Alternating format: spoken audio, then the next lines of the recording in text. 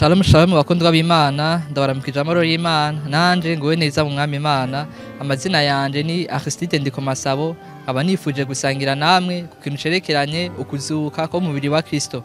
Hari benshi bavuga bati Yesu yamaze imisi 3 mu mva hama arazuka tubuni muzima yaranesheje urupfu, ariko ikintu shaka ko tutahura cyane ngo urupfu yaranesheje mu buryo bw'umubiri n'urwa cyangwa urupfu cyangwa umubiri wazubutse mu buryo bwahe.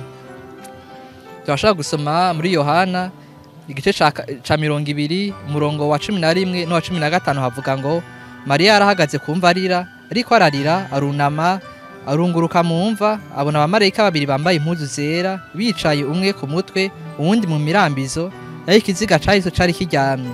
Baramubaza bati mbega nyina wanje urizwa niki?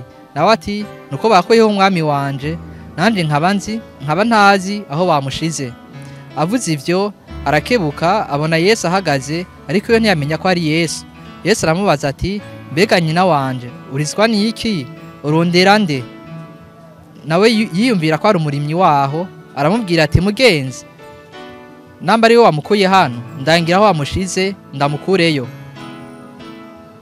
Akundwa b'Imana twese tuzi yuko urupfu rw'umuntu ari urupfu rwaho umuntu atakaza imwemu umutima uhagarara hanyuma umuntu akaba atakaje ubuzima, ariko uru rupfu canke kuzuka kwa Yesu gutandukanye cyane n'ivyo dusanzwe tubona, kuko urupfu rw'umuntu rutandukanye cyane n'urupfu rw'umubiri w'umuntu, uko twe turi imwemu zifise umubiri zikoresha imibiri ziba mu mubiri.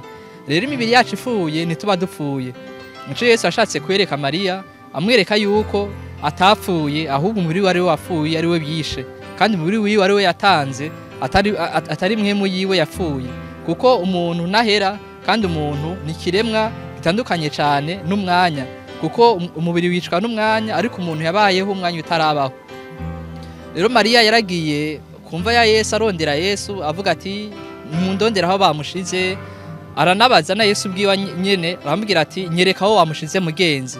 Ariko ikintu dukwiye gutahura cyane umubiri wa Yesu si wo wazutse, kuko umubiri wa Yesu wari ukozwe nk'imibiri yacu warahinduka wari mu mwanya. Cyo gituma Yesu avuga ati ifise umwanya muto ko yarazika kakorera mu mwanya, n'umubiri wiwe wari mu mwanya.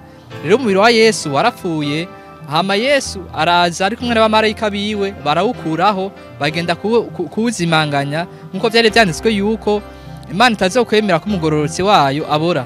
Rero nico kigereranyo Yesu yari yakoze caho umubiri wiwe uherengetezwa kugira ngo utabora nkuko yindi mibiri ibora. Bisigura ngo Maria umuntu yari karatabaza avuga aho bashize Yesu, ni Yesu nyene yari karamwishura yambaye undi mubiri ugaragara nk'umurimyi wo muri ico kibanza nyene. Rero ikintu tukwiye gutahura nuko si Yesu yamaze imisi 3 mu mva, ahubwo n'umubiri wiwe amaze imisi 3 mu mva hanyuma uraherengetezwa canke barawuzimanganya kugira ngo utabora nkuko ibyanditswe byahishura. Rero natwe tutahure neza yuko tutari imibiri ahubwo turi ubuzima bw'Imana. Ubuzima bwacu nibufatanye n'umwanya, ahubwo gusa imibiri yacu naho turabana b'Imana ifatanye n'umwanya, kuko bari bavuga bati ko mfise ubuzima bw'Imana sishobora kugwara, sishobora gukena, sishobora ibintu byanje bishobora guhinduka. Mugabo ikintu twiye gutahura nuko naho turabana b'Imana ubuzima bwacu canke imibiri yacu nivyo dukorera muri no mubiri biri mu mwanya, kandi kuba hari umwanya suko ari ikintu kibi, ahubwo nuko Imana ariko yategekanyije ubuzima bwayo canke ubuzima bw'isi, ubuzima bugaragara. Rero tutahure neza yuko Yesu atafuye mu buryo Yesu atari umubiri wafuye, ahubwo Yesu yarafise umubiri hama umubiri wiwe uricwa mu ntumbero yo gutanga nk'ikimazi canke nk'ikigereranyo caho wewe azogarukana umubiri ari we abantu biwe mu ntumbero yo kubabamwe. Rero mutahure yuko Yesu atamaze imisi 3 mu mva, ahubwo Yesu urupfu yasinze ari icaha cadutandukanyije n'Imana.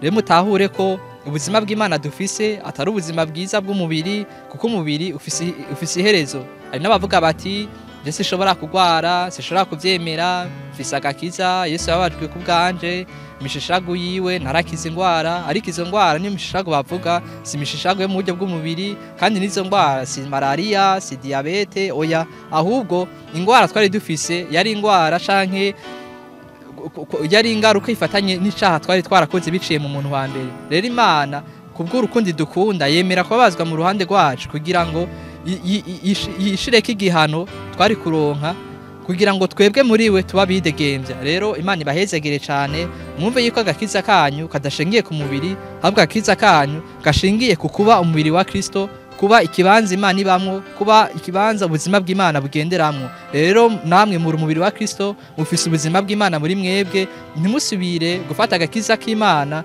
mugashira mu mwanya, mugashira mu bikorwa mukora, kuko karenge ibikorwa mukora, karenge n'imibiri mufise. Imana ibahezagire cyane. Ivyizigiro byacu nibishingiye kuri nosi, ivyizigiro byacu bishingiye ku buzima bw'Imana buhoraho dufise muri twebwe, ubuzima bw'amahoro n'urukundo. Imana ibahezagire cyane, mumenye ko Kristo ukuzuka yabahaye atari ukuzuka kw'imibiri yanyu, kandi ugufa kwiwe kutari gushingiye gufa k'umubiri wiwe, ahubwo gufa kwiwe kari gufatanye n'ugufa k'umuntu wa mbere biciye mu caha, kandi ukuzuka kwiwe kari gufatanye nukugarukana ishusho y'Imana itagira umugayo muri twebwe. Imana ibahezegere cyane, mugendere mu buzima bw'amahoro, mugendane ubuzima bw'urukundo, kuko nibwo mwakiriye muri Kristo Yesu. Imana ibahezegere cyane, mubandanye mubaho mwidegembya ibigeragezo, impinduka z'ibihe ntizitume mwumva yuko zibabera impamvu zo gukekerana agakiza kanyu. Mwumve yuko ibibabako byose bizanwa n'impinduka z'ibihe ataho zihuriye n'agakiza kanyu.